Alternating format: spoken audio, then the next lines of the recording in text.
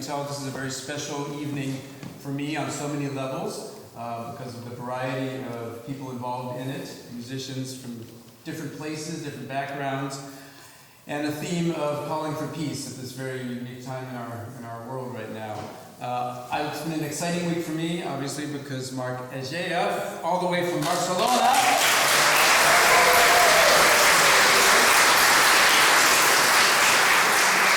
second time in Oregon, the first time playing in Portland.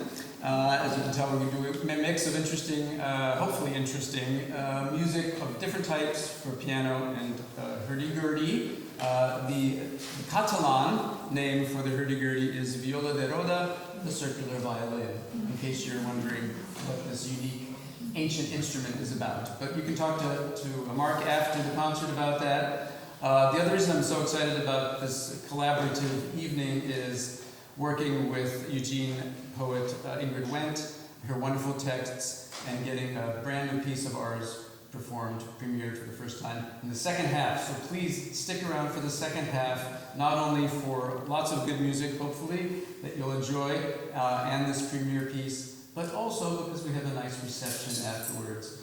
And Daryl Brown, many thanks for her to help organize that outside there. Other thanks, many thanks, Cascadia, of course, Sarah here at PSU for the rental. I will probably talk a little bit throughout the whole performance, but right now I'd like to make some more music since my buddy from Spain, from Catalonia, is here. And we'd like to do a piece by a beloved composer of the Catalan area, Frederick Mompou. This is Canción y Danza number 4, and it is based on a traditional tune.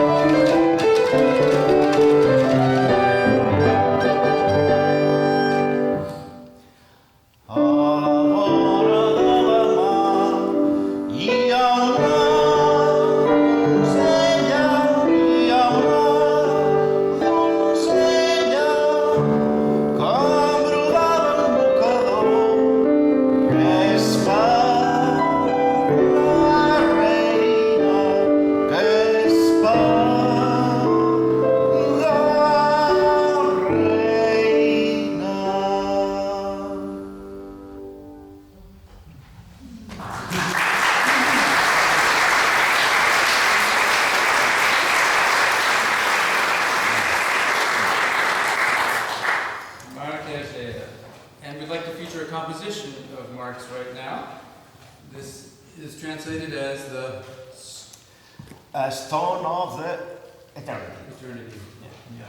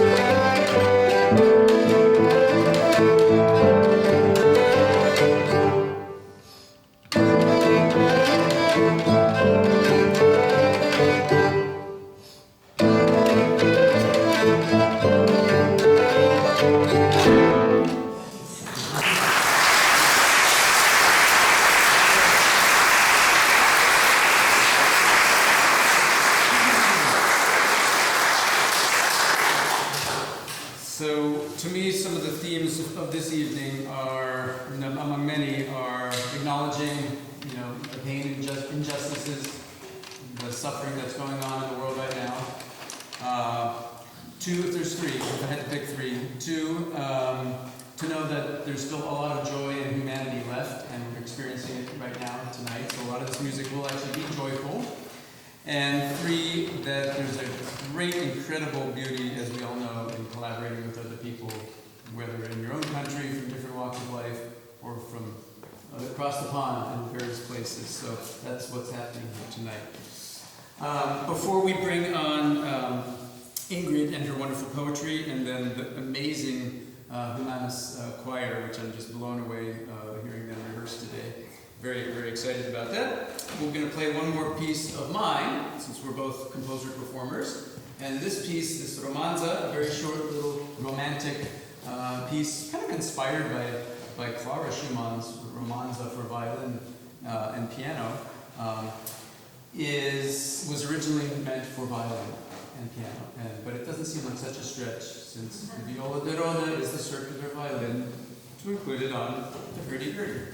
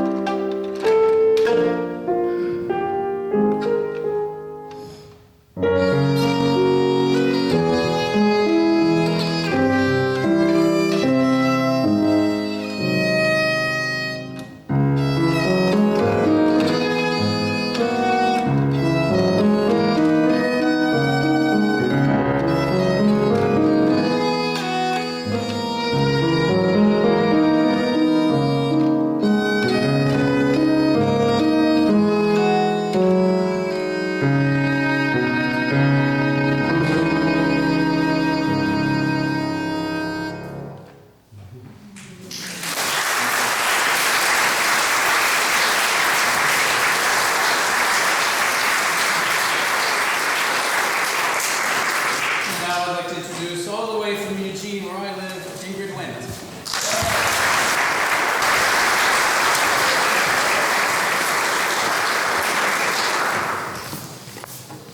What an honor to be here tonight. I'm tremendously grateful to Marc and Paul for this wonderful performance to open our evening, and to Paul for having composed a piece to one of my poems, which I'm going to read in the second half, as he said. Grateful to all of you for coming. Grateful to Humanis for having taken on the performance after the break. First premiere performance of this new composition by Paul. So the first poem of my 5 that I'll read tonight is from this book, Even Song, which is out on the table for purchase, as are my other books. This is the one and only plug I'm going to make for my own work. And I'm selling all of them for $10 and donating all the proceeds to a family that I'm hoping to support in Gaza. So the first poem tonight is Sanctuary, and it's a poem from this book. It was originally written for the Eugene Concert Choir, of which I'm a member, have been for many years, and off and on other choirs as well. It was written for a program titled Dona Nobis Pacem. And I want to dedicate this reading tonight of this poem, which speaks of the power of singing. I want to dedicate this reading tonight with gratitude to the vocal ensemble Humanis. And Sing for Peace, is they also sing around Portland and many places, and they sing for peace, which is one of their purposes of singing together. It was founded by Laurel Barnum. Sanctuary. As flocks of birds from the depths of the field rise in unison, arc and wheel and dip, with no one bird in the lead, and settle again into land. As fish in their silent schools flash silver together, pivot and pivot again on the same invisible axis.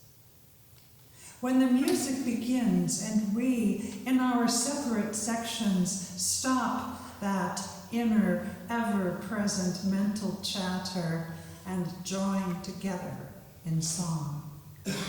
Again, I forget that in the last election, the second soprano next to me almost certainly voted wrong. That in tomorrow's headlines, the next suicide bomber will take away more lives than any one heart can mourn. That in the next town, a friend lies dying. That global warming tomorrow will give us yet one more extinction. Here, floodwaters rising will threaten no one. Tenderness rises and is not scorned or shunned. Anger on the horizon crashes and rolls, breaks without mercy over our heads, and no harm is done. What is sacred space if not this shelter of song? What is prayer if not these measures in which the heart can pour itself out, out, out, and the notes will catch it, help bear it along? Moments in which each wounded and fragmented self abides again in the wonder of wholeness, here in this place, this home.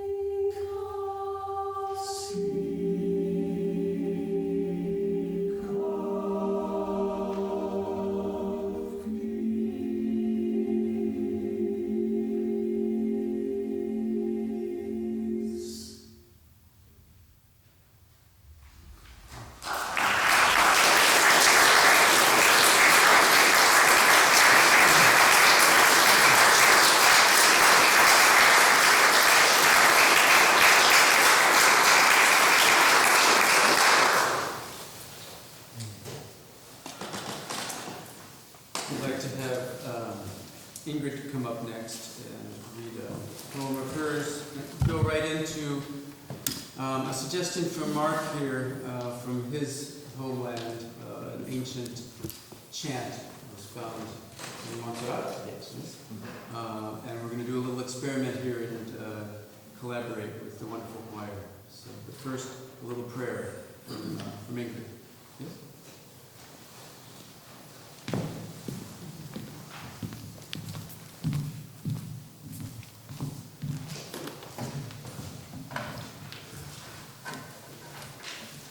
Before I read this next poem in 3 parts, I'd like to repeat some of the words we've just heard sung so beautifully. Words by Allan Robert Petker.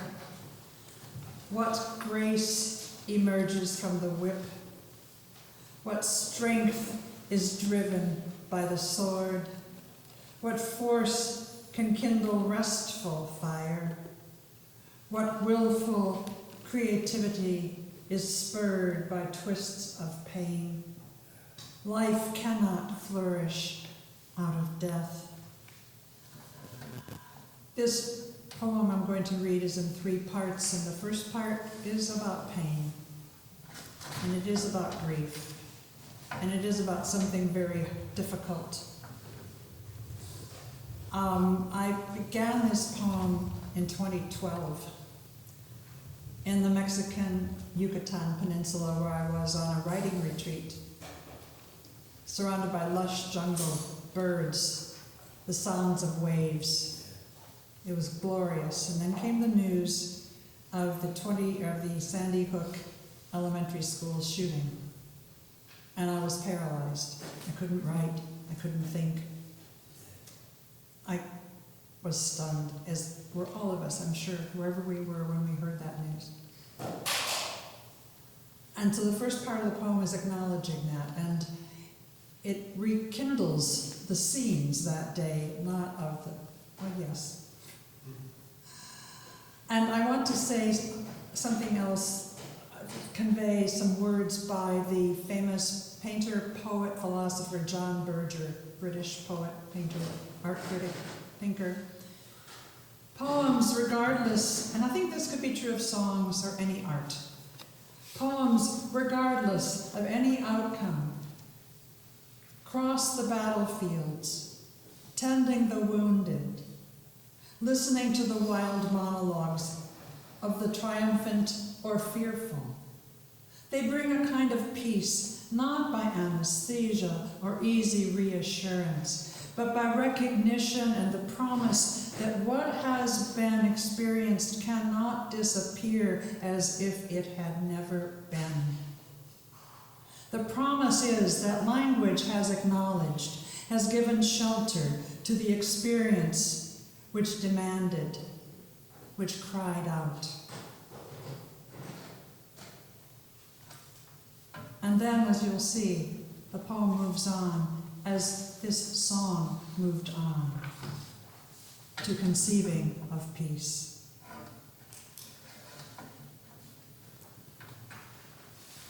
Prayer. I've lifted my face to the great night sky, but any wonder I used to feel is gone. And what are the songs of birds who once brought joy? Nothing but blind instinct, the staking of claims. Which parts of the jungle are theirs and theirs alone? Ways to find each other over earth's constant low hum, fierce wind in the palms. Yesterday, starting like any other, waving goodbye, lunch buckets in hand, and the crack of the gun that does not stop, and the blood, and the children who never. Water, great giver and taker, help me to remember how to cradle wonder and still bear witness to horror and grief. How to let protest and beauty share the same beats of the heart. All the way from the wet, level edge of the world, the long, long path of the rising moon shimmers and streams right to your feet and mine, no matter on which shore, which continent we stand.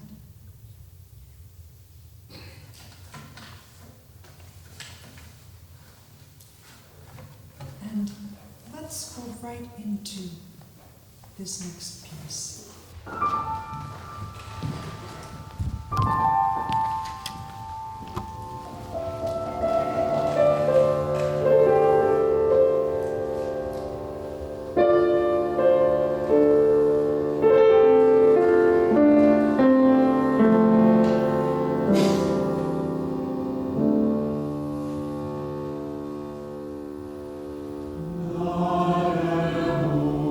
Sweet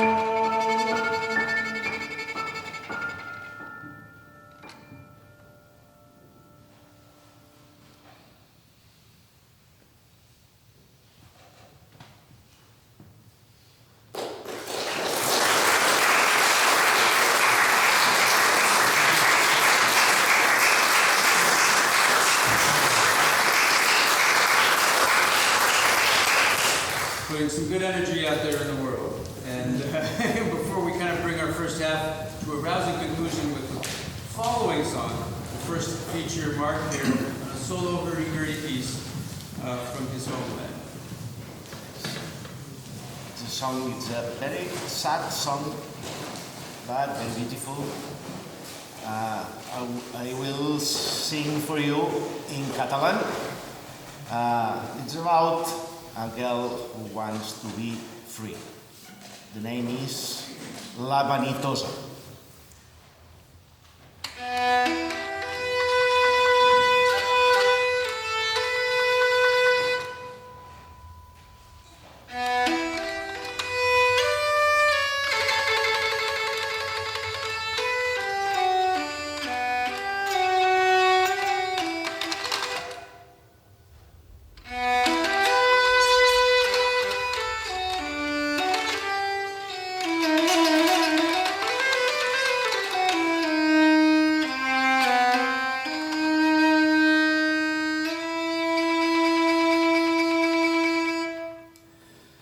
Guaiteus a la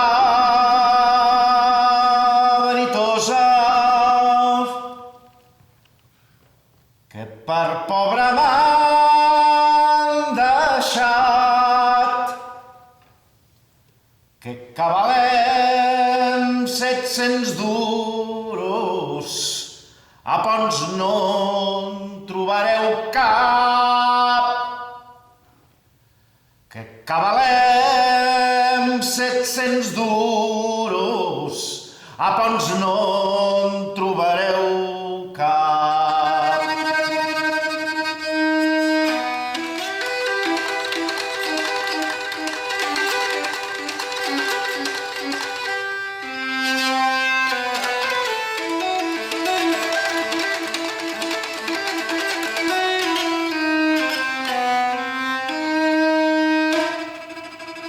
Quan passa per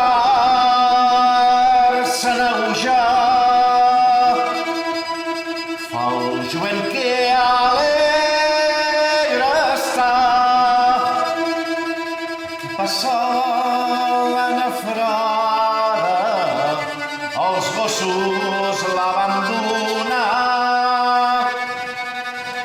Aquí passa la nafrada, els gossos l'abandonar.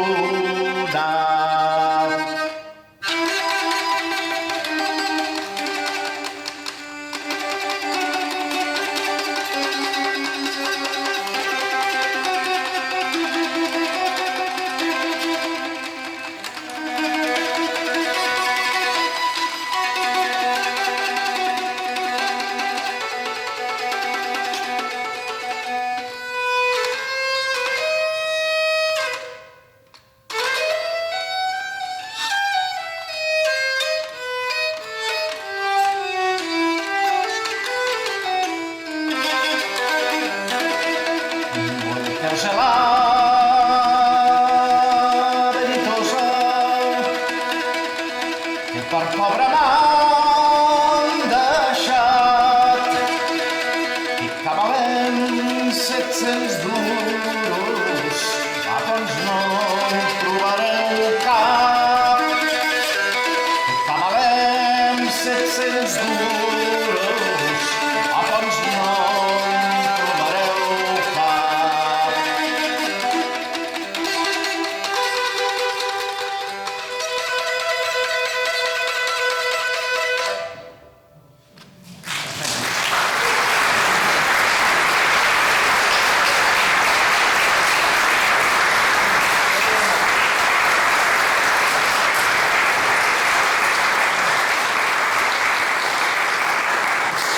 Real treat to hear a musician of his caliber here playing this instrument. And please stick around afterwards and ask any questions you might have of it, because it's pretty fascinating. We'd like to close off the first half here with a very lively number that is something that I kind of made a fantasia upon, a very ancient Catalan tune that a mutual friend of ours who's from Catalonia turned me on to, gave me just a little tune. You'll find it very catchy. And it's called El Drac, the Dragon. And it is a piece that is played apparently on a big festival in August And I got to see this thing, the float of the dragon, like a dragon, you know, kind of like our country fair parade has a dragon. But this one is really special, black. Apparently is hundreds of years old. Yes. Very, very ancient, and it's so precious that they only bring it out once a year on this special festival of the dragon. And there's fire dancing and all sorts of stuff. I've not experienced that, but I saw the dragon in the museum. It happened to be, when I wrote this last year, in the Chinese zodiac, the year of the dragon. So I was kind of making a connection there, and my wife's the dragon in the Chinese zodiac, so this was for Nancy. El Drac.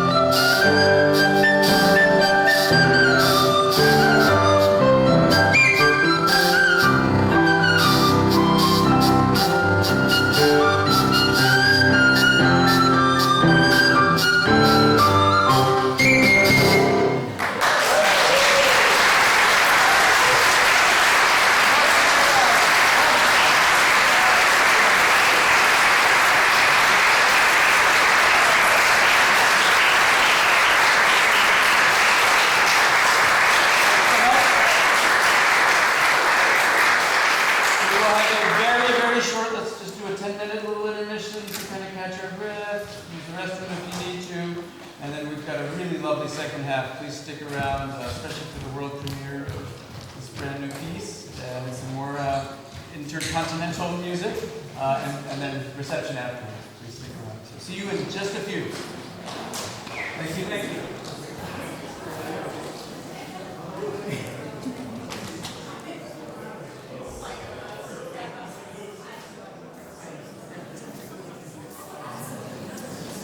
Thank you so much for sticking around here again, and I'd like to introduce back to the stage the wonderful poet from Eugene, Ingrid Wendt.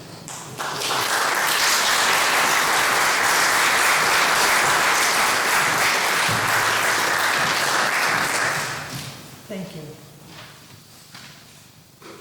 This is for anyone who has ever driven on a freeway and listened to NPR or any other news station, and the same bad news keeps getting repeated over and over and over, and you're pretty exhausted. So I was doing that once, and on my way to Whidbey Island, north of Seattle, and I took a ferry, and it's the Mukilteo Ferry, and that's the title of this poem.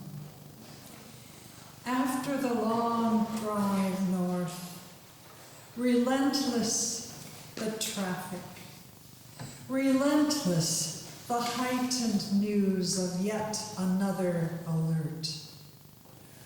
After each car, each truck has clanged from dock to steel-plated deck and park, and I get out to stand at the stern.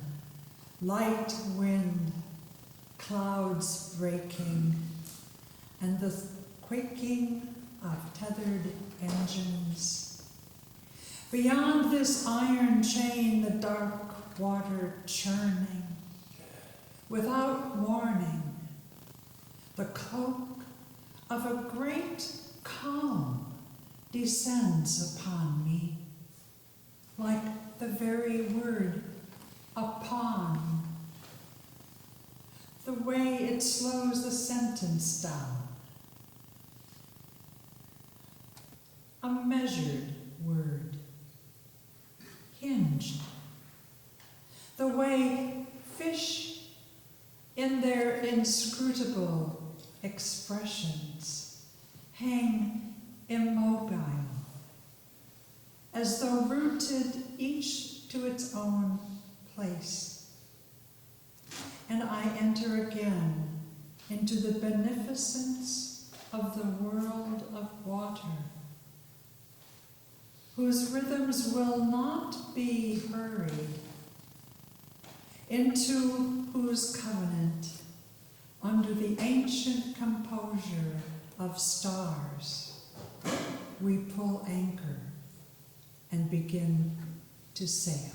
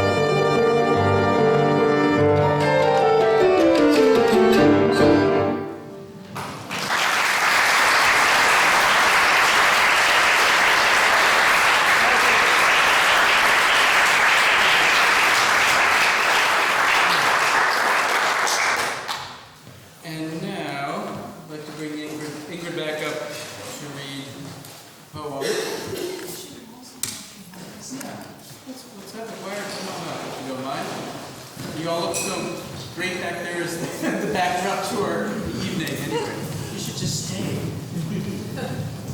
Actually, we could stay during the Yeah. Thank you. And while the choir is coming up, I want to say just a few words about the poem that I wrote, which you're going to hear, which Paul so kindly set to this choral music. The poem comes from this book of poems, The Angle of Sharpest Ascending. You will hear that phrase in the poem and in the song. And that refers to a fact that I learned from my husband, my late husband, who used to be in the Air Force and saw a plane crash once during his Air Force training because the pilot took the nose of the plane up too steeply. And you just don't do that. That's why you always go up slowly.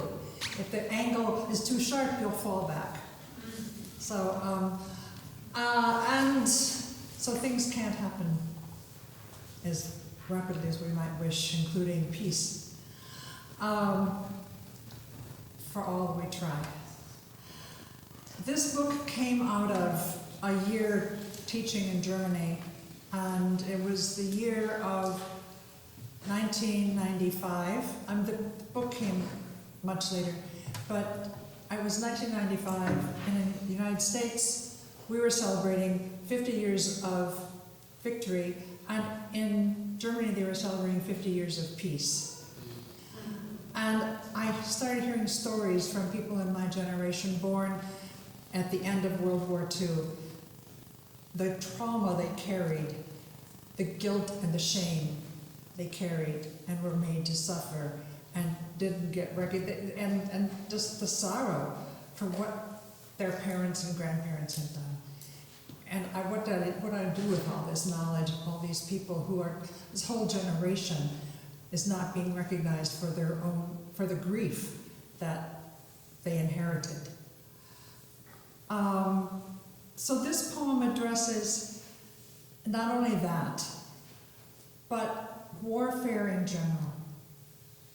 And it's universal. It's not just that war, but it's all wars. And what keeps them going? And we all know these songs, Where Have All the Flowers Gone? And gone, and it ends up with it gone to graveyards, and where are the graveyards gone? You know, it just goes on.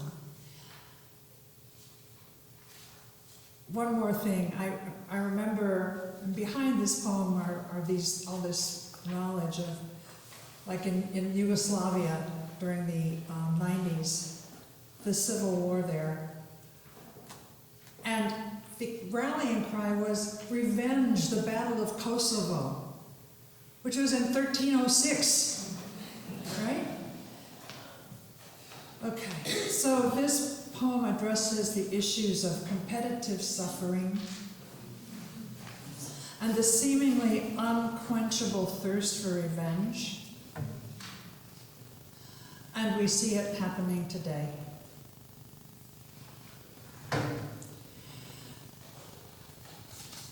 Does your sorrow diminish my sorrow?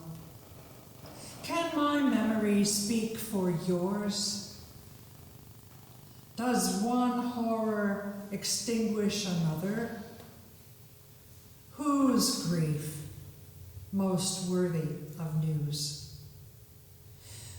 Page where memory turns to memorial, and that's thinking about whole bodies of people, their individual memories. What do we make of those individual memories? We make memorials. Well, whose memory becomes a memorial? Page where memory turns to memorial. Legacy we affirm or deny. Will your austerity silence my song? Will beauty blacken the eye? You who say there is no redemption, you whose path is to reconcile all, you caught in the wave, in suspension, whose words would shatter this wall. Does hope ever come from moments of stasis? Where do both sides of the slash converge? The angle of sharpest ascending, the point the airplane could stall, could plunge. Whose memory becomes memorial? Which edge of the tongue? Whose dart? Yesterday's images still patrolling the borders between our hearts.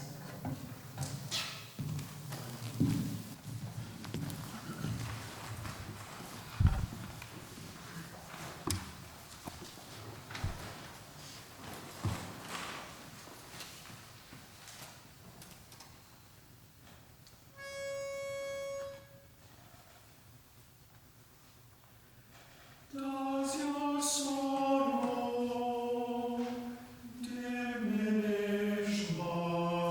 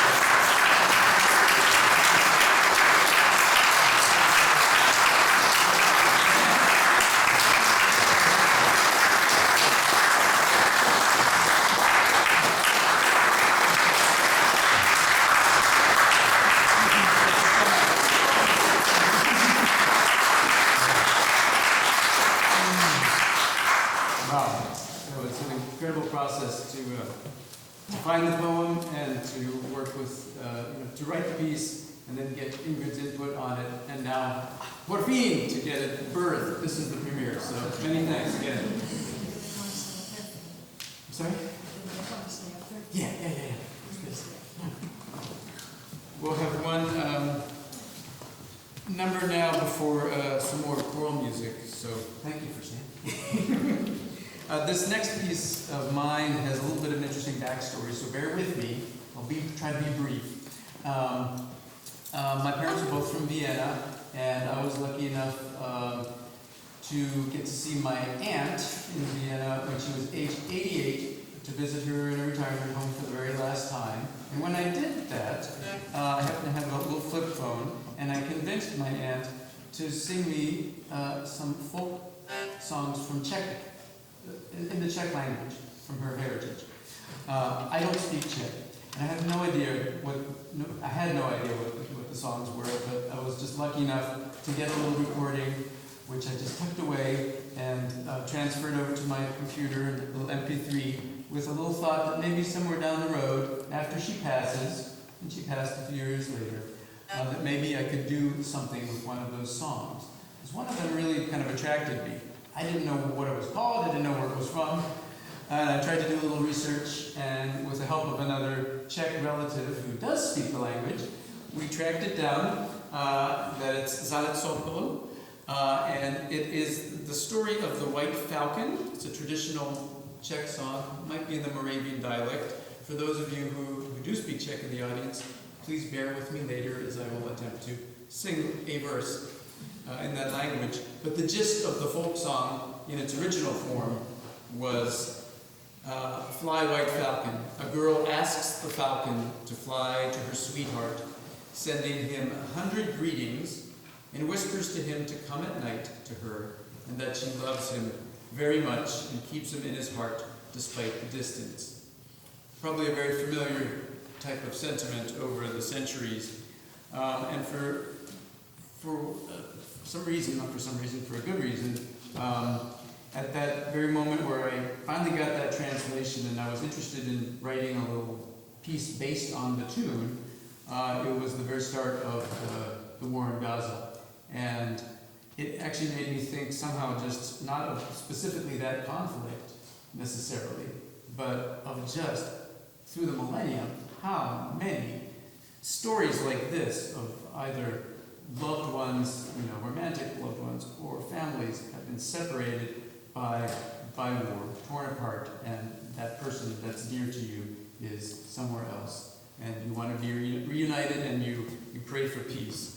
So I kind of made my own little arrangement of this in words for the piano and the hurdy-gurdy. So this is Will the Falcon Return?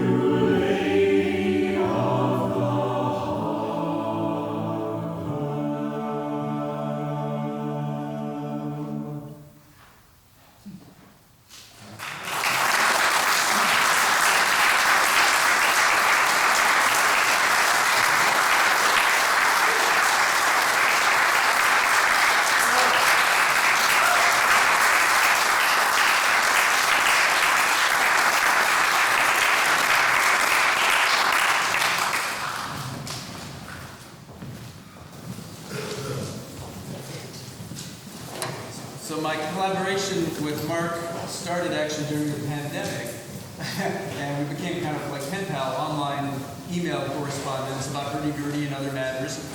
And about a month into the worldwide pandemic, Marc suggested, since we had a lot of time on our hands, right, to maybe try to do a recording project together, but at a distance. And it would be a free improvisation idea. So basically, every morning I put my little recorder on the piano and I tried to do as free an improvisation as I could. And I'd send the MP3 to Marc, and about a day later, he'd play a hurdy-gurdy part on top of it, improvising upon what I did. And then we ended up switching the roles, and he went first and I went second.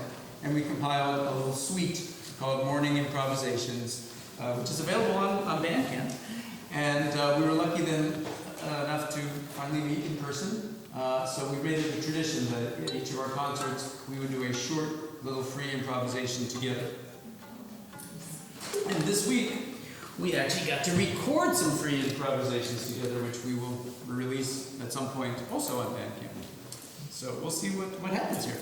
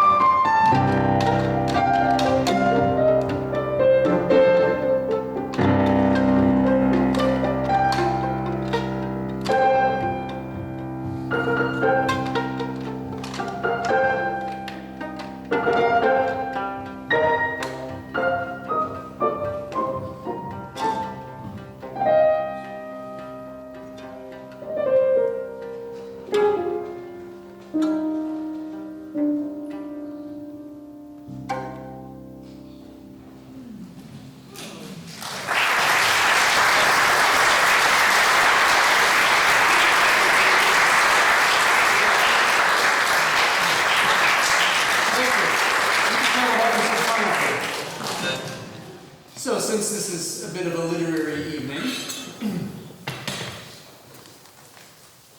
And hast thou slain the Jabberwock? Come to my arms, my beamish boy. O fragile day, Callooh Calais, he chortled in his joy.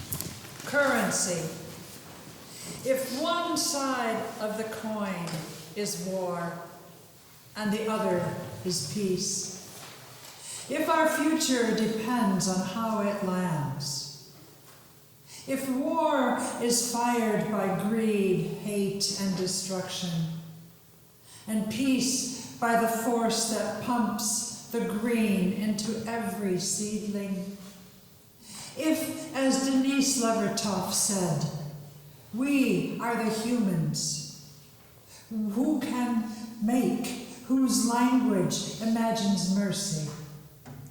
If, as William Stafford said, war is a failure of the imagination, then let us imagine a new currency. Peaceful resistance, coins that do not threaten no matter how they fall. One side, the refusal to kill, the other, radical joy. Thank you for that joyful piece.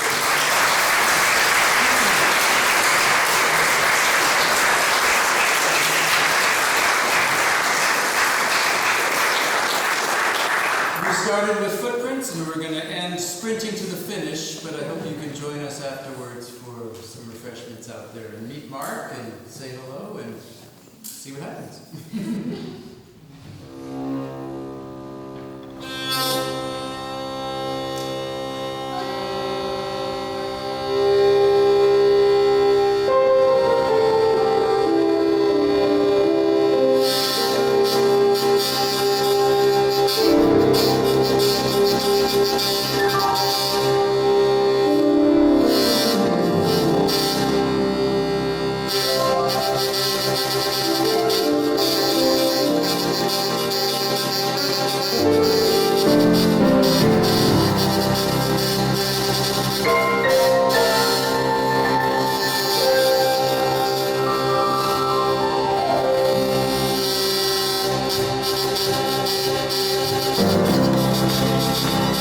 Thank